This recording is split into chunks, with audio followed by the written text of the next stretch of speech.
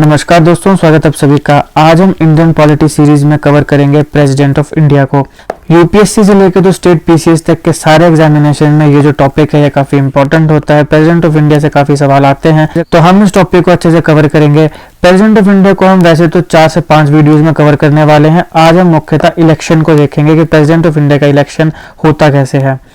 देखिए, सबसे पहले हमारे इंडियन कॉन्स्टिट्यूशन में पार्ट 5 में आर्टिकल 52 टू 151 के बीच में बात करता है यूनियन की।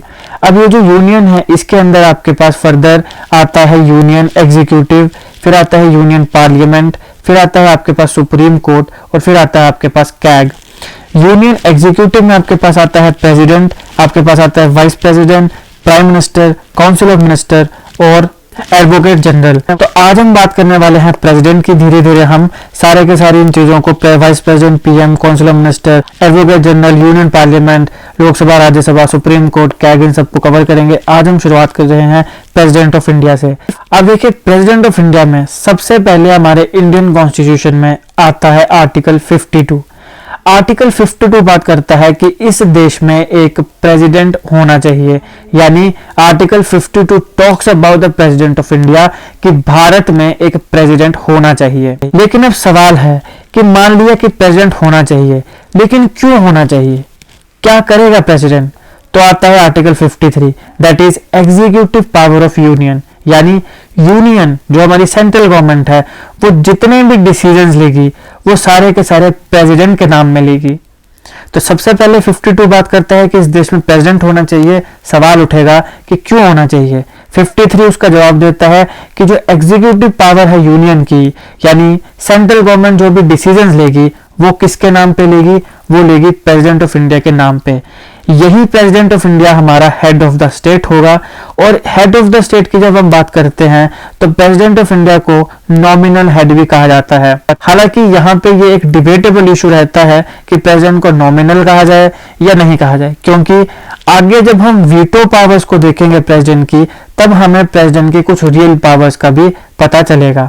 लेकिन नॉमिनल हेड इसको इसलिए कहा जाता है क्योंकि आर्टिकल 74 बोलता है कि council of ministries to aid and advise the president, यानी प्रेसिडेंट जो है वो काउंसिल ऑफ मिनिस्ट्री जिसका हेड प्राइम मिनिस्टर है उसकी एड एंड एडवाइस पे काम करेगा। तो मुख्यतः प्रेसिडेंट अपनी मर्जी से कुछ नहीं करता, जो भी काउंसिल ऑफ मिनिस्ट्रीज उसको एड और एडवाइस करती है वो वही करेगा। तो इसलिए बोला जाता है कि फिर ये तो नॉमिनल हेड है, ठीक है ना, ये क्या है? नॉमिनल हेड है। लेकिन जब हम वीटो पावर्स को देखते हैं तब हम देखते हैं कि हमारे प्रेसिडेंट के पास कुछ रियल पावर्स भी हैं जिनको हम आगे विस्तार से कवर करेंगे।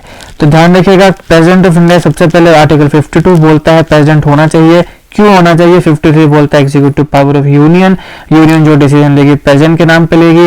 हेड ऑफ द स्टेट भी ये होता है और नॉमिनल हेड भी यही होता है। नॉमिनल इसलिए बोला जाता है क्योंकि ये किसके एड एंड एडवाइस पे काम करता है? काउंसिल ऑफ मिनिस्ट्री के एड एंड एडवाइस पे काम करता है। यही प्रेसिडेंट है जो हेड होता है हमारी आर्म फोर्सेस का। जितने भी आर्म फोर्सेस हैं उन सारों का हेड हमारे प्रेसिडेंट हैं। फर्स्ट सिटीजन ऑफ इंडिया भी प्रेसिडेंट ही होते हैं, ये तो आप सबको पता ही होगा। और फिर एक आता है ऑर्डर ऑफ प्रेसिडेंस। प्रेसिडेंस का मतलब क्या होता है? देखो, प्रेसिडेंस का मतलब होता है प्रधानता। कि मान लो जी कोई एक फंक्शन है, वहां पे president, vice president, prime minister सारे के सारे लोग आए हुए हैं, तो वहां पे सबसे ज्यादा रिस्पेक्ट किसको दी जाएगी? सबसे पहले किसको रखा जाएगा? प्रधानता किसे दी जाएगी? तो वो होता है प्रेसिडेंट। तो ऑर्डर ऑफ प्रेसिडेंस, ये ऑर्डर ऑफ प्रेसिडेंट जो है ये आपको होम मिनिस्ट्री जो है उसकी ऑफिशियल वेबसाइट पे मिल जाएगा। ऑर्डर ऑफ प्रेसिडेंस में सबसे पहले नाम आता है प्रेसिडेंट का, फिर आता है वाइस प्रेसिडेंट का, फिर आता है प्राइम मिनिस्टर, फिर आता है गवर्नर्स, फिर आता है फॉर्मल प्रेसिडेंट्स, फिर आता है लोकसभा स्पीकर और CGI that is chief justice of India. तो ये होता है ऑर्डर ऑफ प्रेसिडेंस। हो सकता है कि सवाल आए ना आए, अभी तक इतने सवाल तो वैसे इससे ऑर्डर ऑफ प्रेसिडेंस से नहीं आए हैं, लेकिन एक दो क्वेश्चन मैंने ऐसे कुछ स्टेट्स के कंपैरेटिव एग्जाम्स में देखे तो मैंने इसको डाल दिया। तो ऑर्डर ऑफ प्रेसिडेंस यानी प्रधानता में ध्यान रखिएगा सबसे पहले आता है प्रेसिडेंट। उसके बाद आपको याद रखना हो तो रख सकते हैं कि president, vice president, PM, governor, former president, Lok Sabha speaker, CGI. लेकिन प्रेसिडेंट को ध्यान में रखिएगा कि ऑर्डर ऑफ प्रेसिडेंस में यानी प्रधानता में प्रेसिडेंट जो है उसका पहला नंबर आता है। अब हम बात करते हैं प्रेसिडेंट के इलेक्शन की। देखिए, भारत में जो प्रेसिडेंट के इलेक्शन होते हैं वो होते हैं इनडायरेक्ट इलेक्शन। तो अब सवाल है कि इनडायरेक्ट और डायरेक्ट इलेक्शन में क्या फर्क है। मान लीजिए कि आपके यहाँ पे चुनाव हो रहा है एमपी या एमएलए का, ये जनता है, जनता ने वोट दिया, फिर जनता ने जब वोट दिया तो जिसके पास सबसे ज्यादा वोट आएगा वो जीत जाएगा, वो आपका या तो एमपी बन गया या फिर एमएलए बन गया, वो डिपेंड करता है लोकसभा में वोट दे रहे हो या फिर विधानसभा में। ये होता है डायरेक्ट इलेक्शन। आप अपना एमपी और एमएलए डायरेक्टली इलेक्ट करते हो, ये होता है डायरेक्ट इलेक्शन। लेकिन जो प्रेसिडेंट है उसे जनता डायरेक्टली इलेक्ट नहीं करती है। हमने जो एमपी या एमएलए मतलब जो हमारे रिप्रेजेंटेटिव हैं, हमने जिन रिप्रेजेंटेटिव्स को इलेक्ट करके भेजा वो फिर फर्दर वोट डालेंगे और वो फिर एक व्यक्ति को चुनेंगे एज अ प्रेसिडेंट। तो इसलिए जनता ने डायरेक्टली प्रेसिडेंट को नहीं चुना। कैसे चुना? इनडायरेक्टली चुना।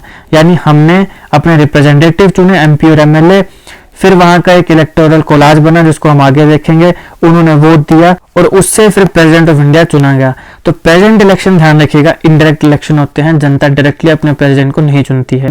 बाकी इनडायरेक्ट इलेक्शन और डायरेक्ट इलेक्शन में क्या डिफरेंसेस होते हैं मैंने इसको एक अलग वीडियो में कवर किया है, अगर आप चाहें तो देख सकते हैं, उसका लिंक मैं आपको डिस्क्रिप्शन में दे दूंगा। अब हमने ये कहा कि भारत में जो प्रेसिडेंट ऑफ इंडिया का इलेक्शन है वो इनडायरेक्ट इलेक्शन है।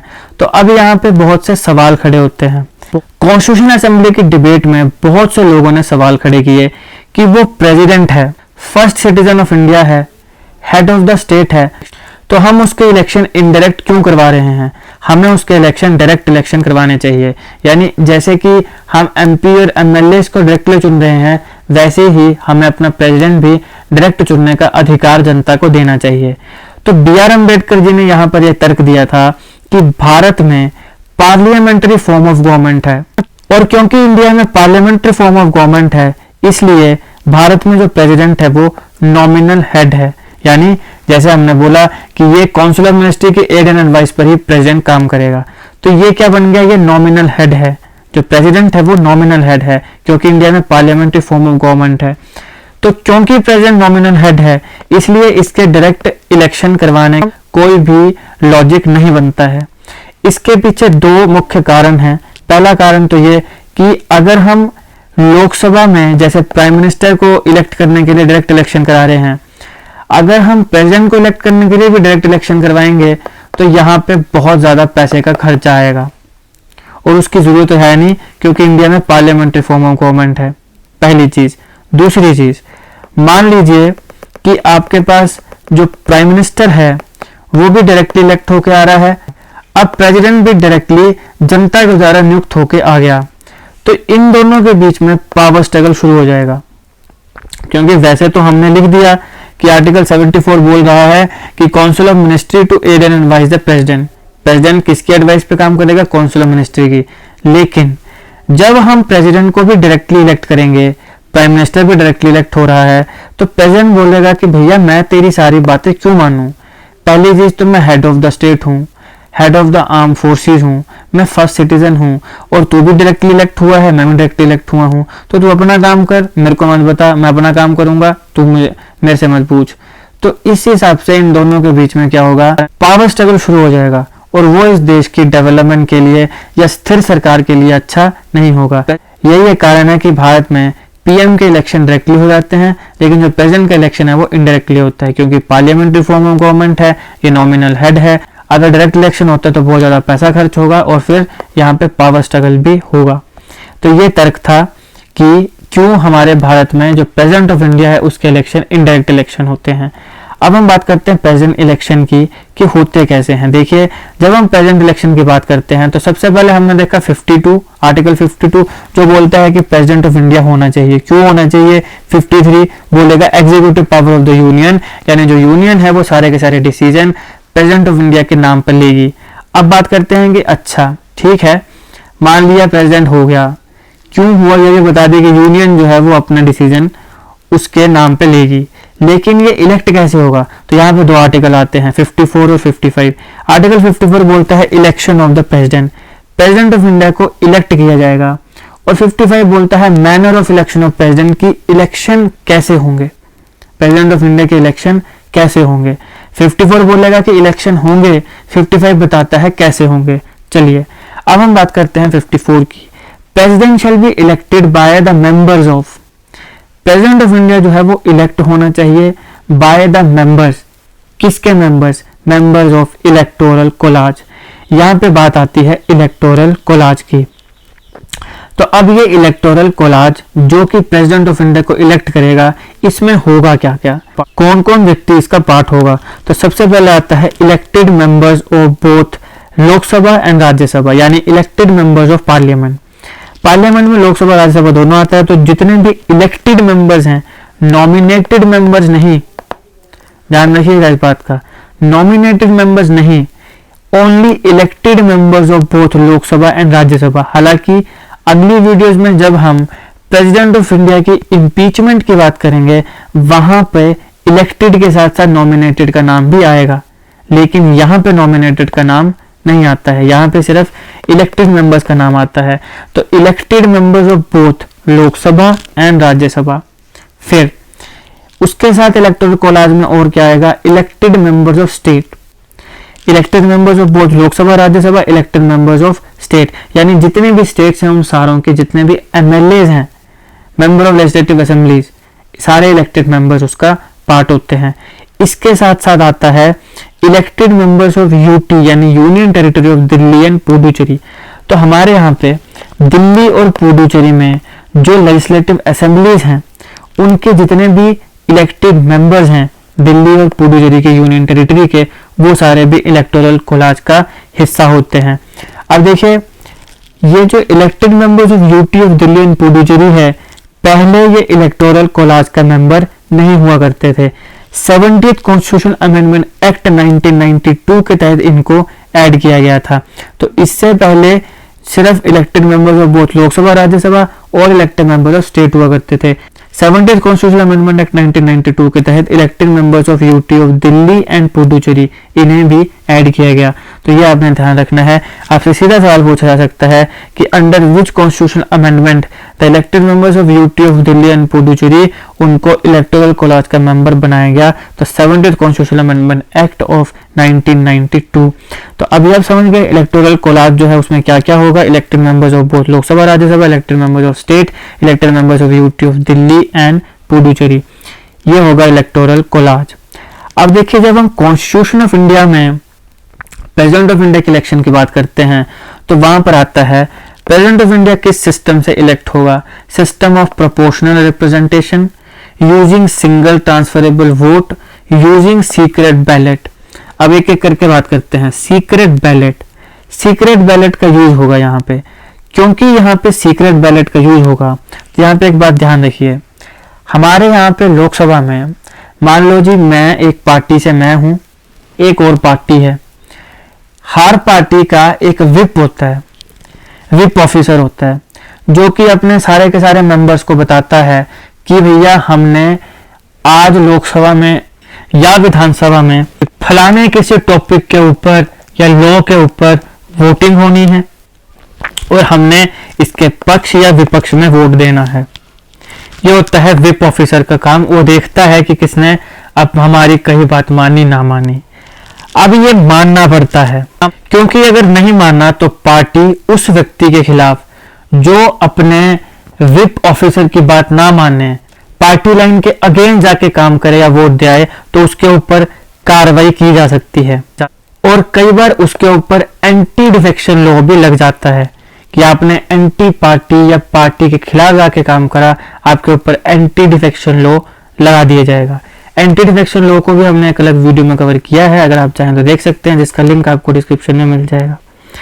लेकिन प्रेसिडेंट ऑफ इंडिया के इलेक्शन में क्योंकि सीक्रेट बैलेट का यूज किया जाता है, तो किसी को पता नहीं है कि किस बंदे ने किसे वोट दिया, तो यहाँ पर एंटी डिफेक्शन लॉ नहीं लगता है। तो ध्यान रखिएगा, ये बहुत इंपॉर्टेंट है कि प्रेसिडेंट ऑफ इंडिया के इलेक्शन में एंटी डिफेक्शन लॉ नहीं लगता है, क्योंकि यहाँ पे सीक्रेट बैलेट का यूज किया जाता है। फिर आती है सिंगल ट्रांसफरेबल वोट।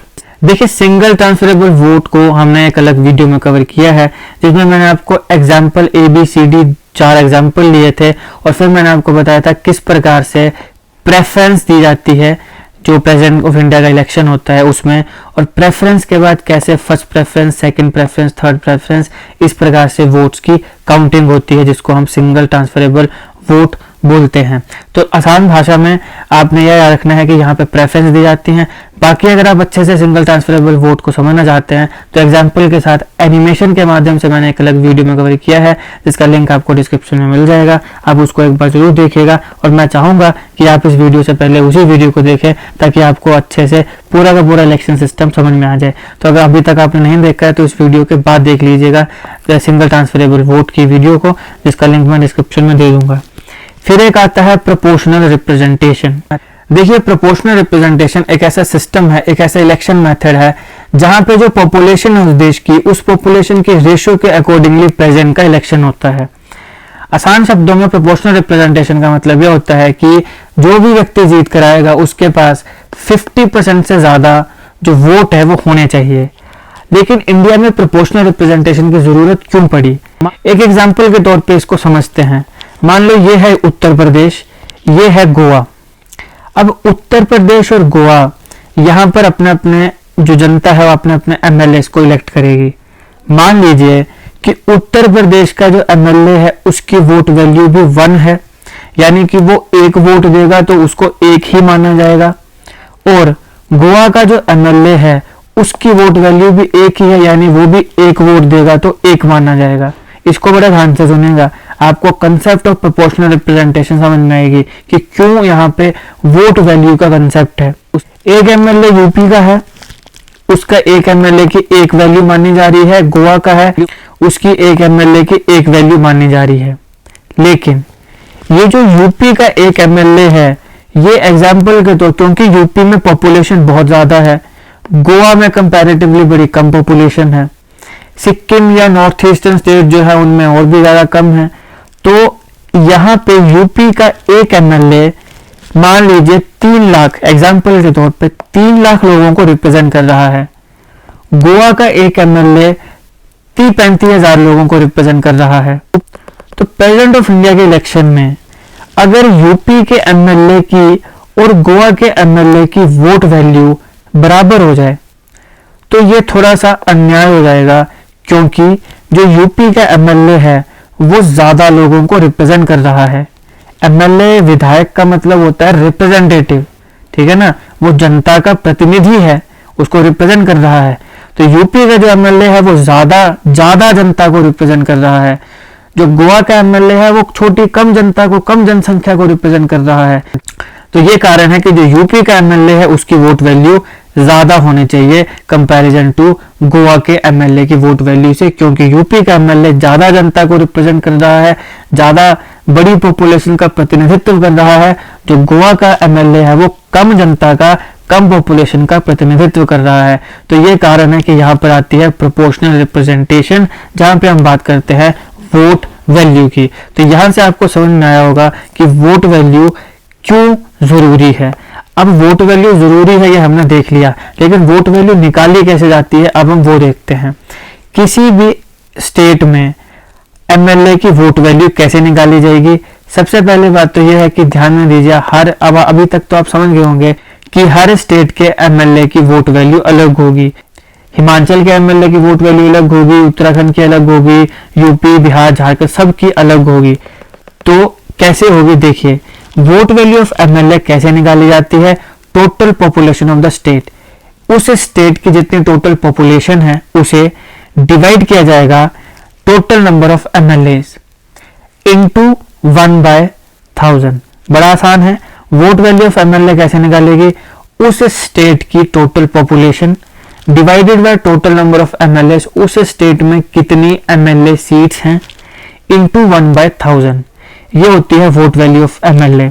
अब यहां ध्यान दीजिएगा, टोटल नंबर ऑफ एमएलए, ये तो उस समय जब भी इलेक्शन हो रहे हैं उस समय देखा जाएगा कितने एमएलए हैं, इतने एमएलए हैं, चलो जी डिवाइड कर दो। लेकिन यहाँ पे टोटल पॉपुलेशन ऑफ स्टेट की बात है। टोटल पॉपुलेशन ऑफ स्टेट में आप जानते हो कि हर 10 साल में इस देश में सेंसस होती है, जनगणना होती है। तो कौन सी पॉपुलेशन मानी जाएगी? क्या लेटेस्ट सेंसस की पॉपुलेशन मानी जाएगी या फिर एक स्टैंडर्ड ईयर रखा गया है उसकी पॉपुलेशन मानी जाएगी? तो यहाँ पे ध्यान दीजिएगा, जब हम वोट वैल्यू ऑफ एमएलए की बात करते हैं और वहां पे जब पॉपुलेशन ऑफ स्टेट की बात होगी तो ये होगी एज पर 1971 सेंसस। तो 1971 सेंसस 1971 की जो जनगणना है उस हिसाब से अभी तक जो पॉपुलेशन है स्टेट की वो देखी जाती है। तो 1971 के सेंसस के मुताबिक जो पॉपुलेशन है उसी को देखा जाएगा। कब तक? जब तक अभी जो सेंसस होने वाली है, जो आपकी जनगणना होने वाली है, उसके जब ऑफिशियल आंकड़े आएंगे तब फिर हम उसको देखेंगे। लेकिन अभी हम 1971 की जनगणना सेंसस की अकॉर्डिंग जो पॉपुलेशन है उसी को देखते हैं। तो ये ध्यान रखिएगा कि अभी इस पॉइंट ऑफ टाइम पर 1971 की जनगणना की में जो पॉपुलेशन होगी वही देखी जाएगी। अब हम एक एक करके एक एग्जाम्पल के तौर पे इसको समझते हैं। यह है उत्तर प्रदेश।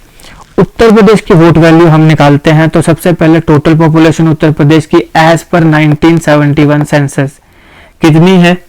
8,38,48,797, 8,38,48,797। ये टोटल पॉपुलेशन है यूपी की as per 1971 census. Total number of MLA UP में कितने हैं? 403। अब आगे वोट वैल्यू ऑफ एमएलए कैसे निकाली जाएगी? Total population that is 8,38,48,797 divided by total number of MLA that is 403 into 1/1000। ये आएगी आपके पास vote value of each individual MLA of UP. तो जब हम इसको पूरा सोल्व करते हैं तो हमारे पास वैल्यू आती है 208.061, 208.061। तो ये होती है यूपी के एक एमएलए की वोट वैल्यू। राउंड फिगर में हम इसको लेंगे दैट इज 208। तो 208 जो है वो होती है हर यूपी के एमएलए की वोट वैल्यू। अब एक और एग्जांपल ले लेते हैं, Goa. Total population of Goa as per 1971 census कितनी है?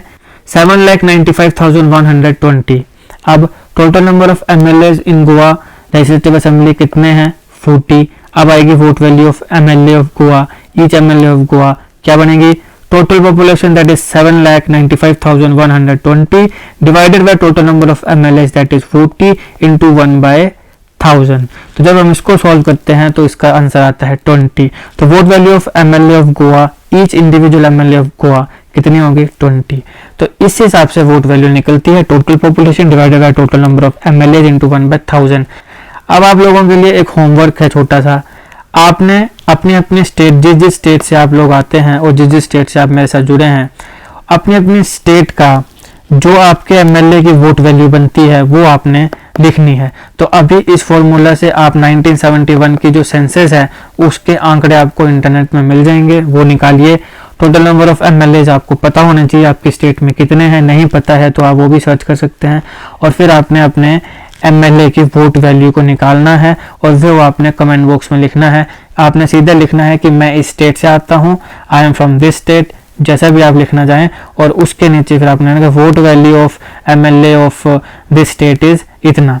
तो ये आपने, आपके लिए होमवर्क है। हाँ, जो भी लोग यहाँ पे देख रहे हैं सारे अपने अपने स्टेट के एमएलए की वोट वैल्यू निकालें और उसकी जो वैल्यू है वो कमेंट बॉक्स में लिखें। ये तो होगी वोट वैल्यू ऑफ एमएलए। अब हम बात करते हैं वोट वैल्यू ऑफ एमपी। तो वो बड़ा आसान है। वोट वैल्यू ऑफ एमपी कैसे निकलती है? Total vote value of all MLAs of all states. हमारे यहाँ पे जितनी भी स्टेट्स हैं, मान लो ये अलग अलग स्टेट्स हैं और यहाँ पे अलग अलग एमएलए है जिसकी वोट वैल्यू है, तो इन सारों की वोट वैल्यू को ऐड किया जाएगा। फिर सारी स्टेट्स की total value of all MLAs, ध्यान दीजिए इस बात का, total value of all MLAs, जितने भी एमएलएज हैं all MLAs, total value of all MLAs of all states. तो total value of all MLAs of all states, फिर divided by total number of elected members of parliament. तो आसान है, एक बार फिर देखो। मान लो कि ये सारी अलग अलग स्टेट्स हैं और इनके अलग अलग एमएलएज हैं। पहले इन एमएलएज को ऐड कर दो, फिर इन सबको ऐड कर दो। Total vote value of all MLAs of all states divided by total number of elected members of parliament, जितने भी इलेक्टेड मेंबर्स हैं, ध्यान रखिएगा, not nominated, elected members of parliament, elected MP. अब अगर हम 2022 की बात करें, अभी 2022 में जो प्रेसिडेंट ऑफ इंडिया के इलेक्शन हुए, जहाँ पे श्रीमती द्रौपदी मुर्मू हमारी राष्ट्रपति बनी हैं, जो पहली ट्राइबल राष्ट्रपति हैं। द्रौपदी मुर्मू जी से रिलेटेड सारे इंपॉर्टेंट जी के क्वेश्चंस को मैंने एक अलग वीडियो में कवर किया है, अगर आप चाहें तो उसको जरूर देखिएगा। काफी लोगों ने उसको देखा और पसंद किया है, आप भी जरूर देखिएगा, उसका लिंक मैं आपको डिस्क्रिप्शन में दे दूंगा। तो उसमें हमने देखा total vote value of all MLAs of all states कितनी थी, वो थी आपके पास 5,43,231 and divided by total number of elected members of parliament. अब ये इलेक्टेड मेंबर्स ऑफ पार्लियामेंट में आपके पास elected members of Lok Sabha plus elected members of Rajya Sabha, ये आपको पता ही होगा कि जब हम पार्लियामेंट की बात करते हैं तो उसमें दोनों Lok Sabha Rajya Sabha upper house lower house दोनों आता है। तो total vote value of all MLAs of वो स्टेट होगी 5,43,231। Total number of elected members of parliament that is both Lok Sabha plus Rajya Sabha कितनी होगी 776। तो जब 5,43,231 डिवाइडेड बाय 776 करेंगे तो ये वैल्यू आपके पास आती है 700। तो इस बार 2022 के इलेक्शंस में एमपी की वोट वैल्यू कितनी थी, 700 थी। एक एमपी की वोट वैल्यू कितनी थी, वो थी 700। अब ये 2022 का इलेक्शन है, इससे पहले जो इलेक्शन था वहां पे वोट वैल्यू 708 थी। तो अभी 2022 में 700 क्यों रह गई, तो 700 इसलिए रह गई क्योंकि बीच में हुआ एब्रोगेशन ऑफ आर्टिकल 370। इसमें जो जम्मू कश्मीर की लेजिस्लेटिव असेंबली है उसको आप सब जानते हैं कि अब वो डिसफंक्शनल है। हालांकि हमारे जो होम मिनिस्टर उन्होंने कहा है कि आने वाले समय में दोबारा से इसको शुरू किया जाएगा, लेकिन अभी तक तो इसका कोई काम नहीं है। तो इसलिए 2022 के इलेक्शन में जो जम्मू और कश्मीर के एमएलए की वोट वैल्यू थी उसको ऐड नहीं किया गया। यही कारण है कि पिछले चुनावों में 708 था, लेकिन इस बार जो वोट वैल्यू है वो 700 रह गई। तो अब ये ध्यान रखेंगे कि इस बार जो वोट वैल्यू थी वो 700 क्यों थी, 708 क्यों नहीं थी, क्योंकि जम्मू और कश्मीर की जो लेजिस्लेटिव असेंबली है उसकी एब्सेंस की वजह से। अब हम ट्रेंड देख लेते हैं वैल्यू ऑफ वोट का फ्रॉम 1952 टिल नाउ। तो देखिए, जब अगर हम पहले प्रेसिडेंशियल इलेक्शन की बात करें 1952 में, तब मेंबर ऑफ पार्लियामेंट एमपी की वैल्यू ऑफ वोट या वोट वैल्यू कितनी थी, 494 थी।